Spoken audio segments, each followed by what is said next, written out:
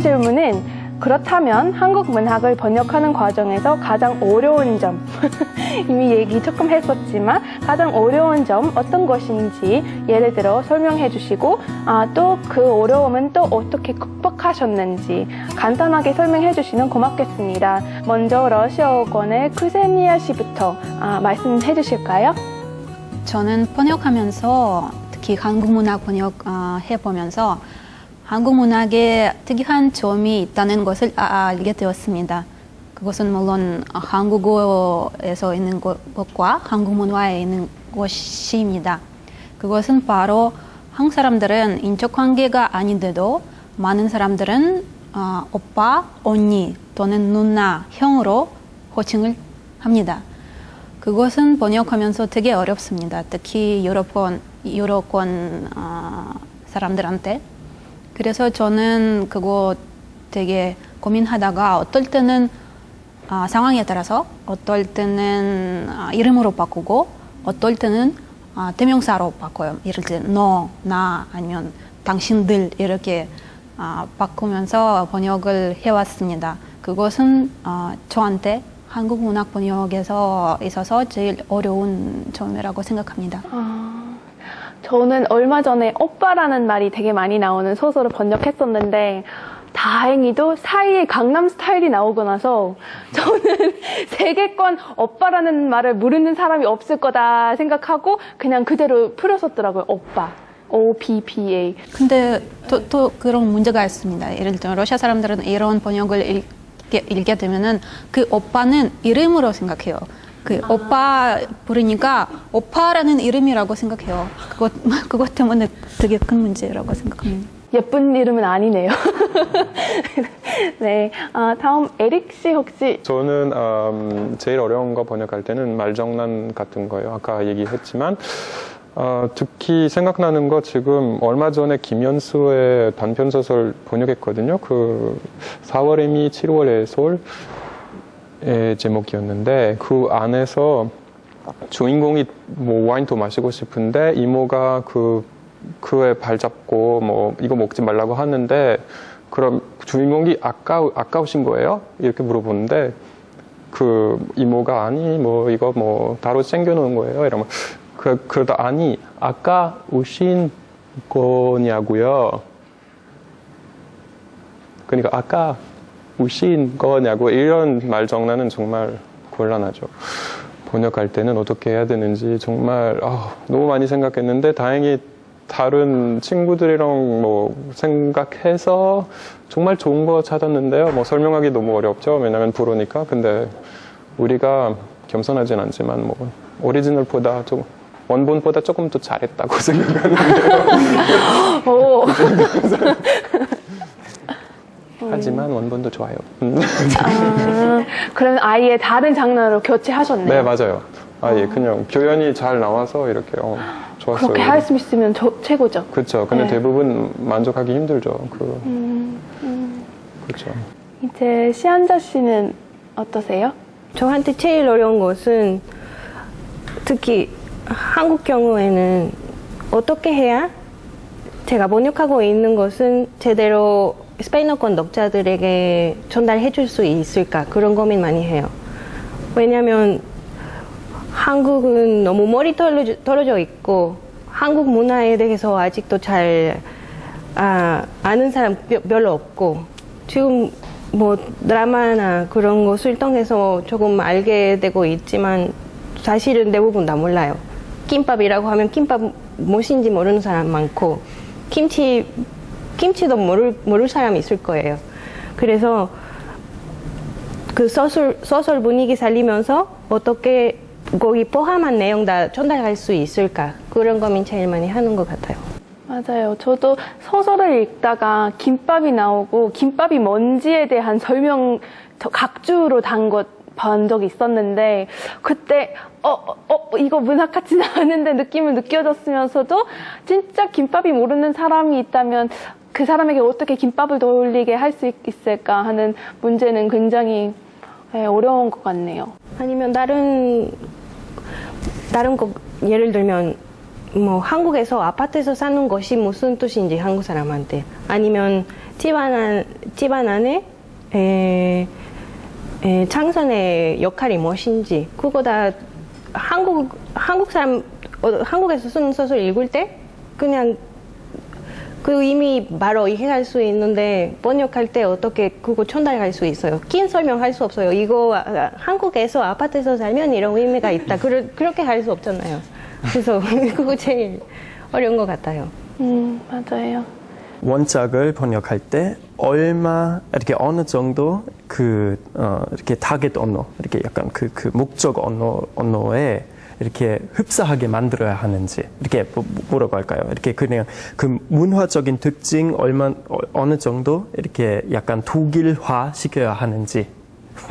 그거 굉장히 큰 문제예요. 왜냐하면 하면은 너무 직접적으로 그냥 한국 단어, 뭐 한국 표현, 한국적인 거 이렇게 막 그냥 옮겨버리면 각주 필요하게 될 거고, 그리고 그거 사실은 이렇게 특히 단편 그리고 장편 마찬가지로 이런 소설의 경우에 살인적이에요. 이렇게 그거 굉장히 큰 문제예요. 이렇게 왜냐하면 그 독자 이렇게 읽을 때 그 독서 흐름 끊겨져요. 그래서 그거 좀 삼가해야 할 것 같아요. 그래서 거기는 굉장히 좁은 이렇게 능선 이렇게 타면서 이렇게 왼쪽에도 오른쪽에도 이렇게 빠져 죽을 수도 있어요. 왜냐하면 한 면은 한쪽에 독일 독자들이 그거 이렇게 해독 가독성이 너무 낮아서 이렇게 그냥 읽기 힘들어요. 근데 다른 면에 너무 뭐라고 할까요? 그 한국적인 거, 이렇게 도대체 지금 읽는 거 왜 한국 소설인지 이렇게 읽을 수 없으면 약간 그 특징 부족하면, 그것도 안 돼요. 이렇게 약간 백지화 되는 느낌? 약간 입맛이, 그냥 맛이 자체는 없어져요. 그런 문제 있어요. 저는 그 문제를 굉장히 많이 생각하거든요. 그냥 영미 소설처럼 읽히는 한국 문학 원하지 않아요. 절대. 그리고 또는 설명 너무 많은 문학도 싫기는 하지만 이제 제가 생각하고 있는 것은 번역하면서 생각하고 있는 것은 한 1페이지에 한 2개 정도의 모르는 단어 있어도 누구나 다 주머니에 핸드폰 있고 인터넷이 있고 하니까 구글에 나오게끔 뭐 김치, 김밥 뭐 이런 것들을 그냥 그대로 쓰거든요.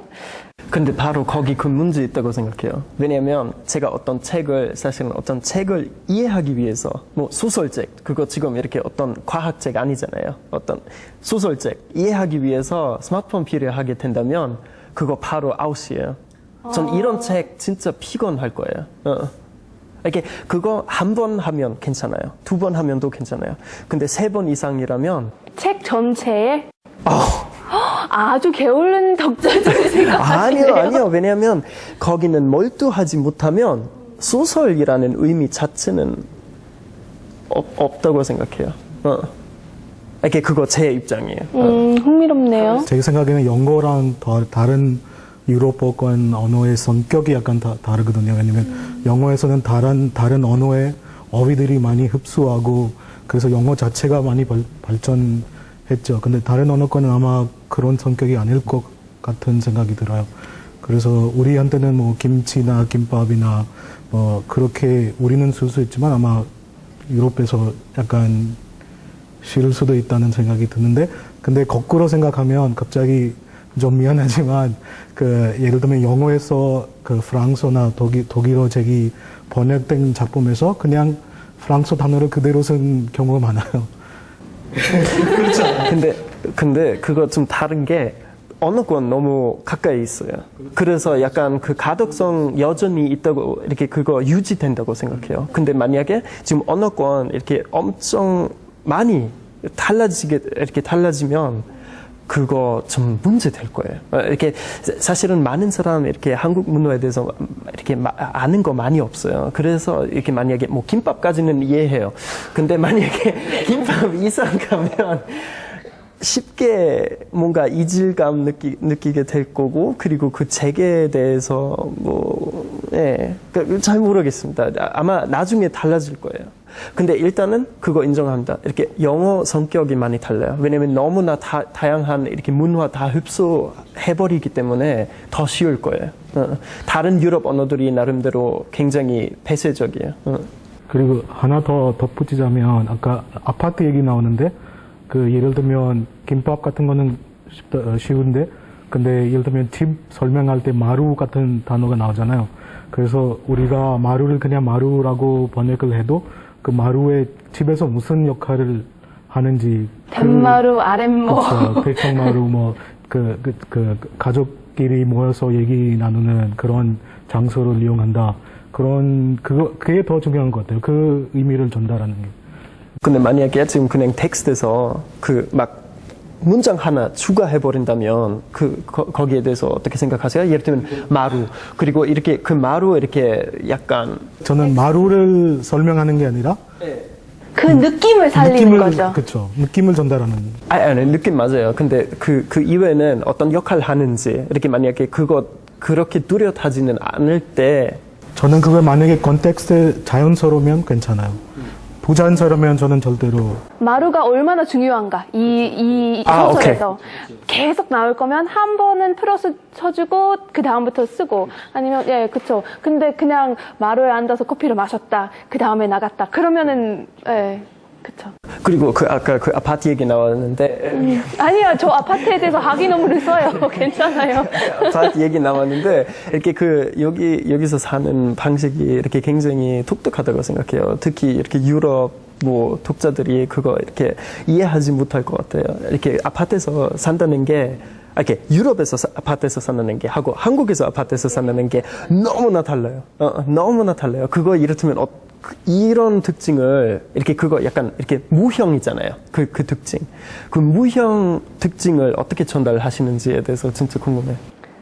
그냥 문학 작품 자체가 그거 전달해주지 않는가 저는 생각합니다. 아, 그래요? 믿음 많으시네요. 그렇죠. 믿어야죠. 앵넬 씨는 아직 얘기 못 하신 것 같은데요. 저는 일단 박민규 선생님을 번역 중이라서 되게 어려워요. 그래서 그 한자어를 가지고 말장난을 자주 하시는데 그 한글로 읽을 때는 되게 재밌어요. 그래서 독자의 입장에서 너무 재밌어요. 근데 번역가의 입장에서 이게 진짜 죄악이에요. 이게 어떻게 예를 들자면 지금 생각하는 한 대목이 있는데 이런 문장이 나와요. 세상에 지식인이 어디 있겠는가? 지식인이 있을 뿐이지. 안 웃기죠?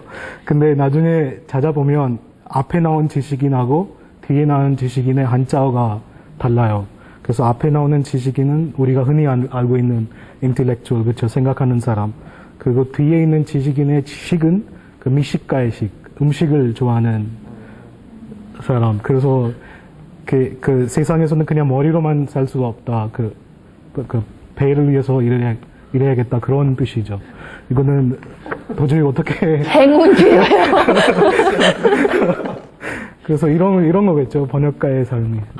정말, 그런데 제가 알기로는 앵넬 씨는 진짜 잘 하세요. 읽었던 말로는. 많이 고민하고, 계속 고민하고. 갑자기 샤워를 하면서 생각이 나오고, 그래서. 더 진짜 나오고. 정말, 멋지네요.